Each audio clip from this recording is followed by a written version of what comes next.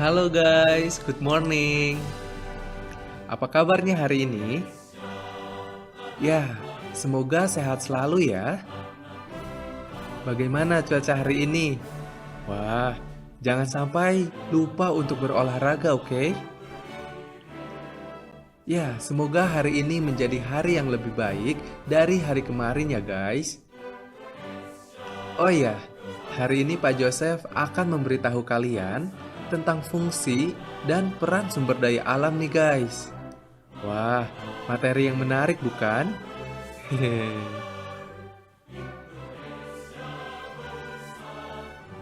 Apa yang akan kita pelajari hari ini? Ya, tentu saja kita akan belajar fungsi dan peran sumber daya alam. Kita akan mempelajari sumber daya alam berdasarkan asal, sifat, dan cara pemanfaatannya. Berdasarkan asalnya, sumber daya alam terdiri dari sumber daya alam hayati dan sumber daya alam non-hayati. Menurut sifatnya, terdiri dari sumber daya alam yang dapat diperbaharui dan tidak dapat diperbaharui. Dan berdasarkan cara pemanfaatannya, sumber daya alam bisa dimanfaatkan sebagai materi, ruang, waktu, energi, dan hayati.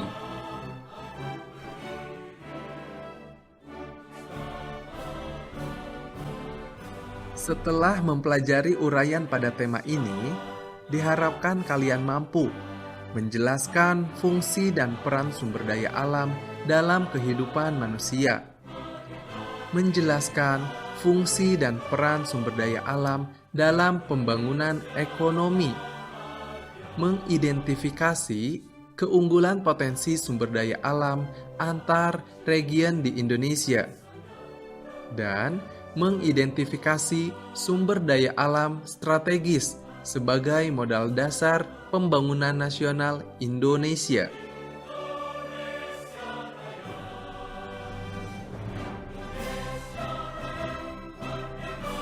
Nah, bukankah kita sudah belajar tentang potensi dan kekayaan sumber daya alam di Indonesia, bukan? Pada pembelajaran minggu lalu, kita sudah belajar tentang potensi dan kekayaan sumber daya alam di Indonesia. Bahwa Indonesia adalah negara beriklim tropis yang berbentuk kepulauan. Kondisi ini menjadikan Indonesia sebagai negara yang memiliki banyak potensi sumber daya alam.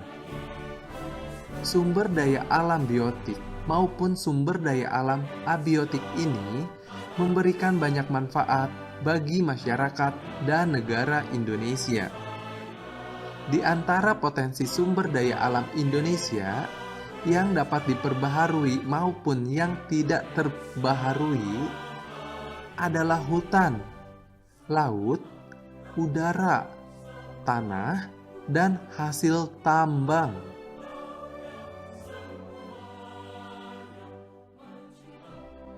Nah, pada pembelajaran kali ini kita akan membahas sumber daya alam.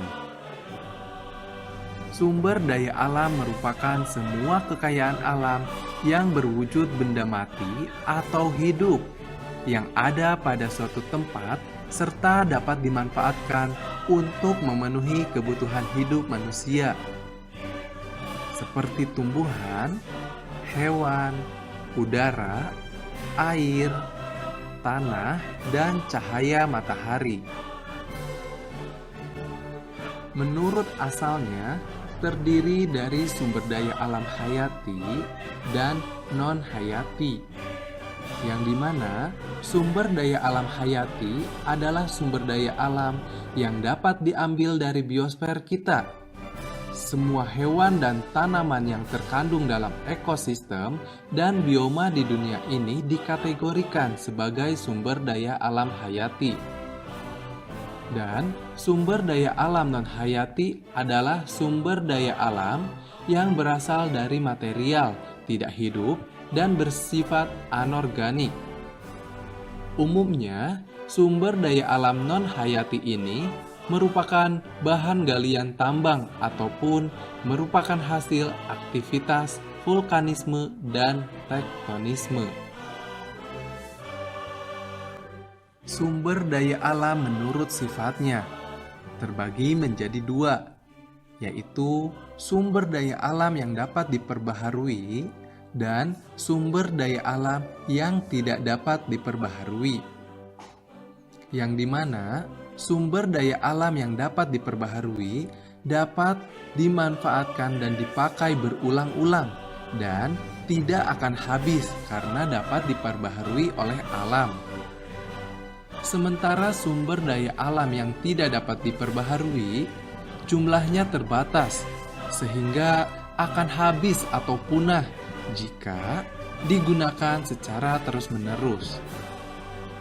Selain itu, sumber daya alam yang memiliki laju regenerasi lambat juga dikategorikan sebagai sumber daya alam yang tidak dapat diperbaharui. Sumber daya alam menurut cara pemanfaatannya, yakni sumber daya alam potensial adalah sumber daya alam yang belum dipakai namun dapat memanfaatkan di masa yang akan datang. Sumber daya alam aktual adalah sumber daya yang telah disurvei, dikuantifikasi, diuji kualitasnya, dan sedang digunakan atau dieksploitasi. Sumber daya alam cadangan adalah sumber daya alam yang belum digunakan, namun dapat dimanfaatkan secara menguntungkan di masa depan. Sumber daya alam stok adalah sumber daya alam yang sudah disurvei, namun belum dapat dimanfaatkan karena teknologi yang tersedia belum cukup memadai.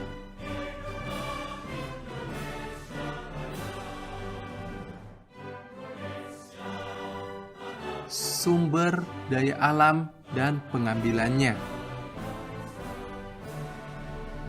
Pengambilan sumber daya alam atau extraction merupakan seluruh proses yang mengambil sumber daya dari alam. Proses ini meliputi cara-cara tradisional hingga pemanfaatan skala industri. Industri ekstraktif merupakan basis dari perekonomian sektor primer. Proses ekstraksi menghasilkan bahan mentah yang nantinya dapat diolah dan digunakan oleh sektor sekunder manufaktur untuk menciptakan produk jadi. Industri ekstraktif antara lain adalah industri pertambangan, pengeboran minyak dan gas, perhutanan, serta perburuan atau perikanan tangkap.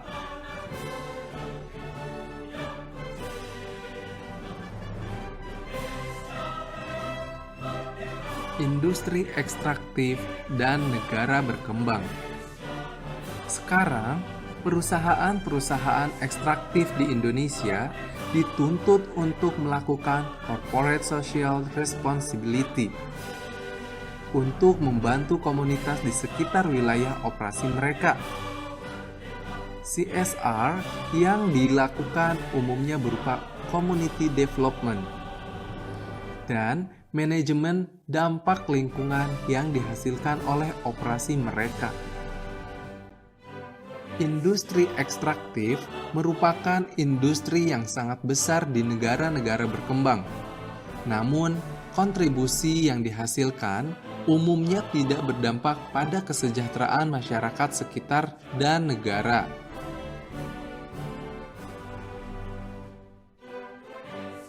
Sumber daya alam sebagai senjata dalam konflik ketika terjadi konflik. Nah, sumber daya alam juga dapat digunakan untuk melemahkan suatu negara lawan. Mengapa demikian? Hal ini dilakukan ketika sumber daya alam tersebut milik bersama, namun kontrol satu negara lebih kuat dibandingkan dengan negara lainnya. Nah, Kalian sudah mempelajari materi dari beberapa slide sebelumnya. Kali ini, kalian harus menjawab beberapa pertanyaan berikut ini. Jawablah beberapa pertanyaan uraian berikut dengan jawaban yang benar. Nomor 1. Apa yang termasuk sumber daya alam hayati itu? Dan jelaskan manfaatnya bagi kehidupan sehari-hari. Nomor 2.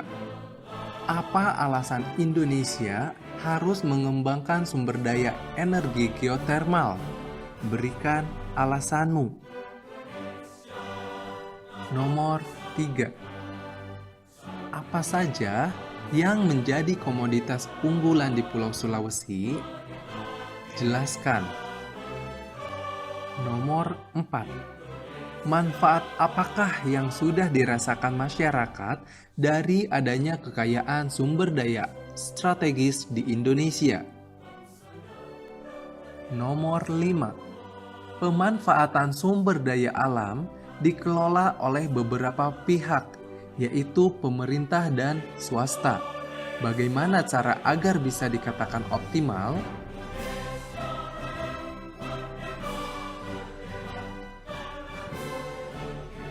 Nah, sekian materi pembelajaran sosial hari ini. Lakukanlah kegiatan yang bersifat menjaga dan melestarikan lingkungan alam sekitar. Tidak melakukan kegiatan yang merusak lingkungan alam.